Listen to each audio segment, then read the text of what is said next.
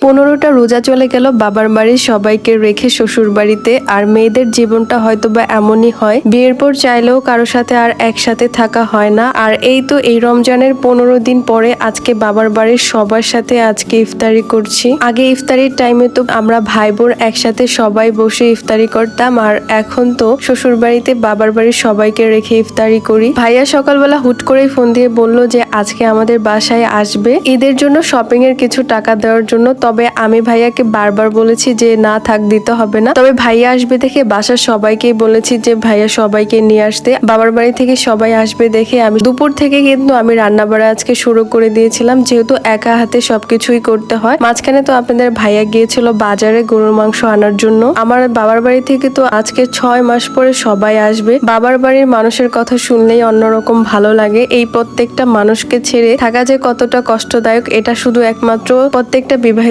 মেয়েরাই জানে।